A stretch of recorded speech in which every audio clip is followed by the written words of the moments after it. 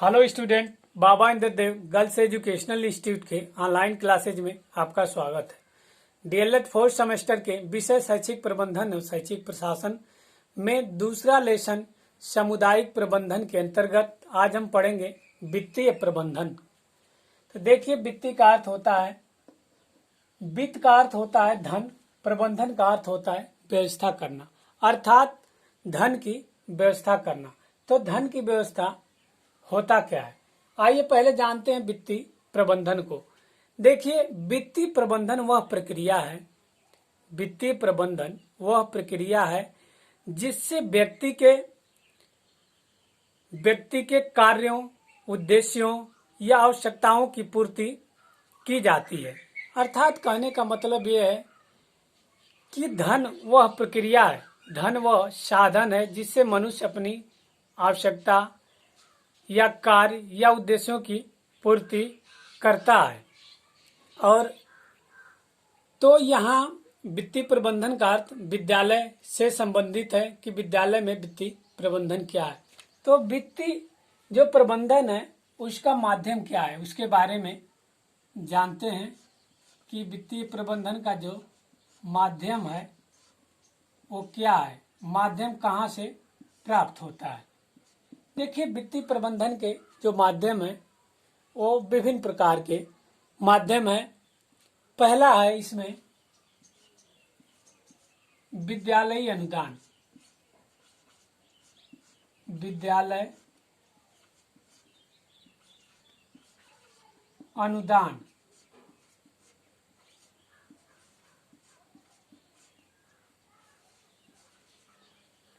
Point two point समझते चलिएगा। देखिए, विद्यालयी अनुदान में विद्यालय के लिए विभिन्न प्रकार के अनुदान दिए जाते हैं, जैसे राज्य सरकार द्वारा,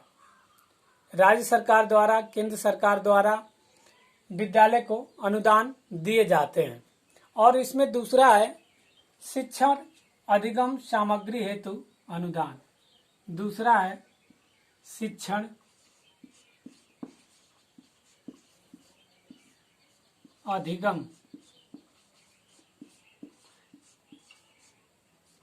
जिसको टीचर लर्निंग मटेरियल या टीएलएम कहा जाता है।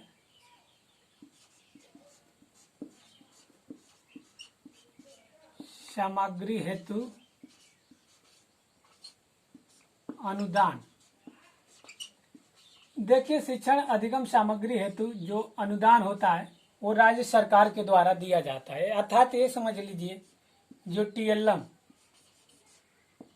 टीचर लर्निंग जो मटेरियल है उस पर भी अनुदान दिया जाता है। और टीएलएम पर जो अनुदान होता है राज्य सरकार द्वारा प्रत्येक महीने में 500 रुपया दी जाती है। क्वेश्चन पूछ देता है कि टीएलएम की राशि प्रत्येक महीने में कितनी दी जाती है, तो 500 रुपये दी जाती है।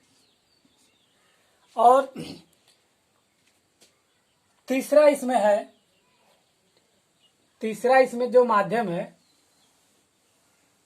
वो समुदाय से प्राप्त धन, समुदाय से प्राप्त। समुदाय का अर्थ हमने बताया था कि कोई समाज या कोई समूह होता है।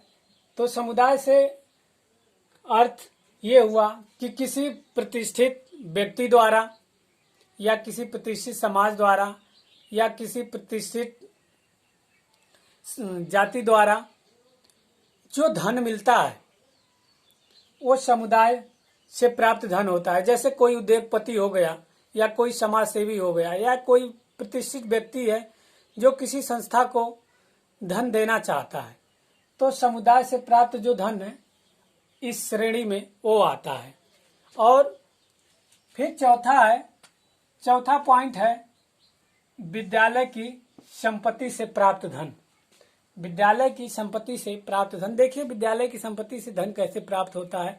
अगर विद्यालय बहुत लंबा चौड़ा है, उसकी जमीन ज्यादा है, तो कुछ वहां पे ऐसी व्यवस्था बना देता है जिससे किराए के रूप में भी कुछ धन प्राप्त होते हैं, या विद्यालय प्रबंधन की जो कुछ नॉर्मल तौर पे जो फीस होती है उससे भी जो धन प्राप्त होता है वो वित्तीय प्रबंधन के अंतर्गत ही आता है। और पांचवा पॉइंट है इसमें, पांचवा पॉइंट जो वित्तीय प्रबंधन का माध्यम है वो है ग्राम पंचायत। ग्राम पंचायत व जनप्रतिनिधियों द्वारा, जनप्रतिनिधियों द्वारा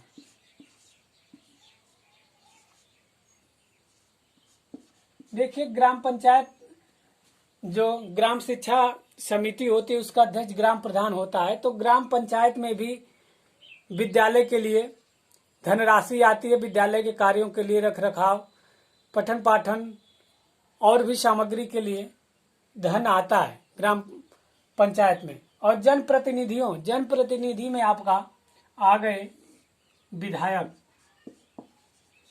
विधायक, सांसद, इनके निधि से भी वित्तीय प्रबंधन मिलता है, विद्यालयों को पैसा मिलता है, विभिन्न कार्यों के लिए पैसा मिलता है, जिससे विद्यालय की व्यवस्था, रख रखाव, पठन पाठन और भी कार्यों की पूर्ति या आवश्यकताओं, उद्देश्यों की पूर्ति होती है। तो वित्तीय प्रबंधन में इतना ही। अगले वीडियो में पढ़ेंगे वित्तीय प्रबंधन के स्रोत और उद्देश्य। धन्यवाद।